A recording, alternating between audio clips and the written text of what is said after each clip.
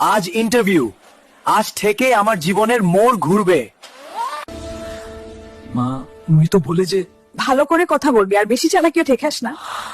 তার কান্তি রে বুদ্ধি না দেখালে কোম্পানি চলবে কিভাবে? ভাই কোথায় যাবেন?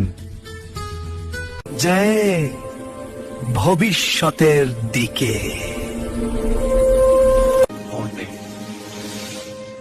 আপনার বিশেষ যোগ্যতা কি?